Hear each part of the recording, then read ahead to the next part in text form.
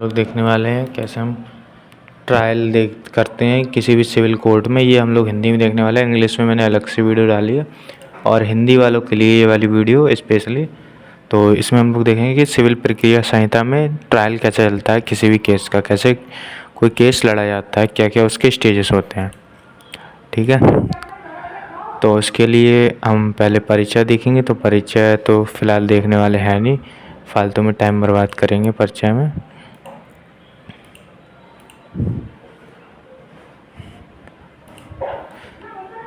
सबसे अच्छा हम सीधे बाद का संस्थित होना स्टेप 1 होते हैं कि बाद का संस्थित होना मतलब बाद उत्पन्न कैसे होता है। तो एक सिविल मुकदमे की यात्रा सक्षम न्यायालय में इसे औपचारिक रूप से दाखिल करने शुरू होती है। क्या दाखिल किया जाता है? बाद पत्र दाखिल किया जाता है, मतलब प्लेंट जिसे कहते हैं हम लोग, वो दाखिल किया जाता है। कैसे किया जाता है वो हमने पहले ही बता रखा है, आप लोग वीडियो देख लेना, चैनल पे पड़ी हुई है। इसमें होता कि क्या है कि हम एक बात दायर करते हैं तो उसके लिए हमें जो प्लेंट दायर किया जाता है इसे बाद पत्र कहते हैं, न्यायालय के समक्ष दायर किया जाता है। बाद पत्र में क्या क्या होते हैं? कानून के अनुसार विशिष्ट विवरण होने चाहिए। क्या क्या विवरण होने चाहिए? ये चीज़ देखने के लिए हमें क्या करना है? बाद पत्र दाखिल होने के बाद न्यायालय प्रतिवादी को उपस्थित होने तो क्या क्या चीज़ें होनी चाहिए वो मैं बता देता हूँ आपको। जो तथ्य हैं, जो मैटर है आपका, वो होना चाहिए। न्यायालय में का क्षेत्राधिकार है या नहीं है, ये होना चाहिए। उसके बाद में ये होना चाहिए कि बाद का मूल्यांकन, उसका जो बाद है वो उसका मूल्यांकन होना चाहिए। और हमने क्या मांगा है, अनुतोष हमने जो मांगा है वो होना चाहिए, हमारी प्रेयर। ठीक है, प्रतिवादी को समन। उसके बाद सेकंड चीज़ है, प्रतिवादी को समन किया जाता है। कौन करता है समन? कोर्ट करती है, न्यायालय करता है। तो न्यायालय समन करता है प्रतिवादी को तथा और कहता है कि अपना जवाब दीजिए, इन्होंने आपके ऊपर केस किया है तो आप इस चीज़ का जवाब दीजिए कि आप इन बातों को स्वीकार करते हैं या नहीं। ये आदेश 8 में दिया गया है, 5 में दिया गया है, और जो बाद पत्र हम दायर करते हैं वो 6 में दिया गया है। पक्षकारों की उपस्थिति और अनुपस्थिति के प्राण, ये आदेश 9 में है, ऑर्डर 9 जिसे कहते हैं। इसमें क्या? पक्षकारों की उपस्थिति, पक्षकारों को समन में निर्धारित तिथि पर आना होता है। जैसे कि आप वादी हैं तो वादी हैं, केस दायर किया, अब प्रतिवादी को समन जाएगा तो समन में डेट लिखी होगी, उस डेट को आप प्रतिवादी को आना है और आपको भी आना है, वादी को भी आना है। अगर दोनों पक्ष जो हैं उपस्थिति ना हो तो, अगर वादी अनुपस्थित है और प्रतिवादी उपस्थित है तो बात खारिज किया जा सकता है। ऐसा नहीं कि पहली बार में हो जाएगा खारिज, ऐसा नहीं।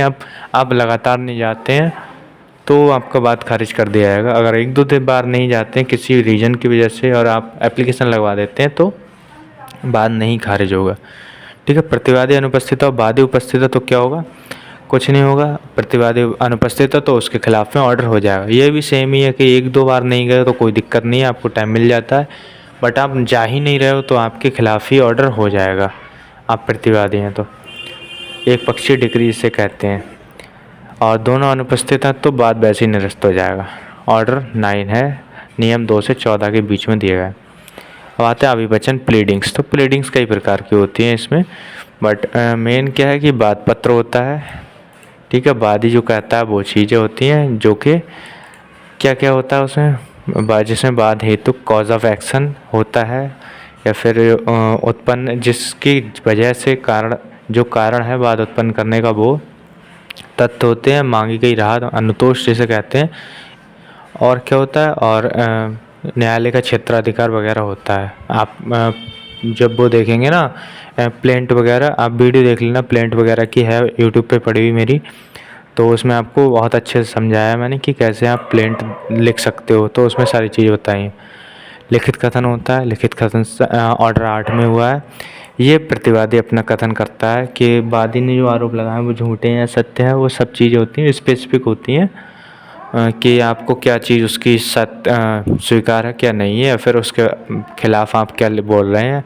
ये सारी चीज़ें, काउंटर क्लेम वगैरह भी आता है, प्रतिदावा जिसे कहते हैं। अब आते हैं प्रकटीकरण और निरीक्षीकरण। निरीक्षण क्या है? प्रश्नों द्वारा प्रकटीकरण। पक्षकार विपरीत पक्षकार की परीक्षा के लिए लिखित में प्रश्न प्रस्तुत करते हैं। कि क्वेश्चन पूछते हैं दूसरे पक्ष से कि क्या ये चीज़ें हैं, इन चीज़ों का जवाब दीजिए। कोई भी क्वेश्चन हो सकता है, तो वो अपने हिसाब से केस के हिसाब से पूछ लेते हैं।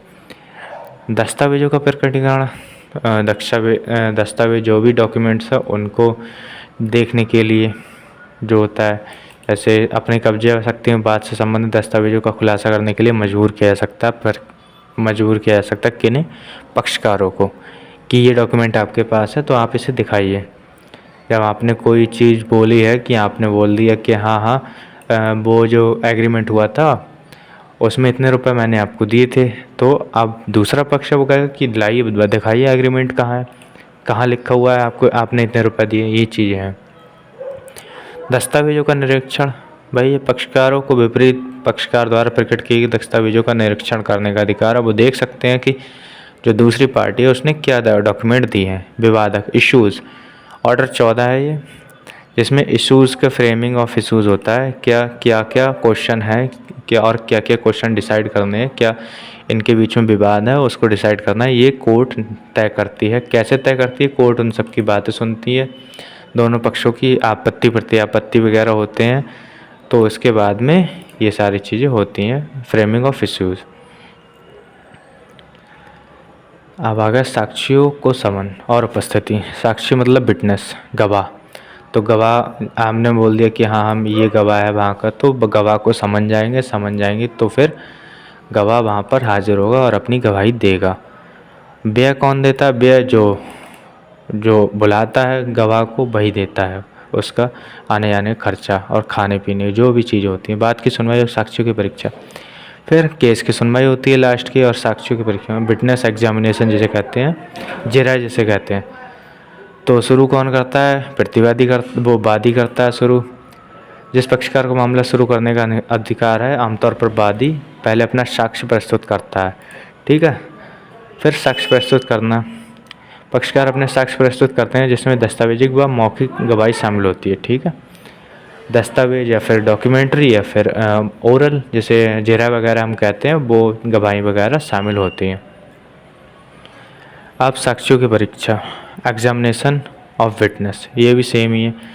Examination of witness in chief, मुख्य परीक्षा, प्रति परीक्षा और पुनः परीक्षा, दोबारा से परीक्षा जो होती है वो चीज़ होती है इसमें।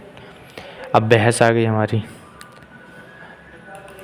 बहस में हम क्या होते हैं कि जो बहस लास्ट में होती है, सारे डॉक्यूमेंट्स एविडेंस वगैरह सारी चीज़ें होती जाती हैं। फिर लास्ट में न्यायालय कहता है कि आप लिखित बहस दाखिल कर दीजिए और एक दिन आके बहस कर लीजिए।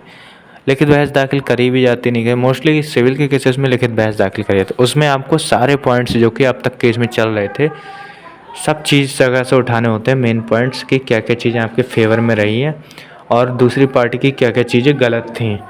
तो वो सारी चीज़ें जो होती हैं, हियरिंग एंड आर्गूमेंट्स जिसे कहते हैं, तो वो उसमें डाली जाती हैं लिखित बहस में। और फिर जब बहस होती है तो उसमें भी आप वो चीज़ें उठाते हैं, उन पर क्वेश्चन उठाते हैं, ये चीज़ें। फिर निर्णय और डिग्री, उसके बाद में आदेश में सुरक्षित हो जाती है फाइल। तो 30 दिन के अंदर या 60 दिन के अंदर जो भी नियम है उसके हिसाब से डिग्री और जजमेंट हो जाता है।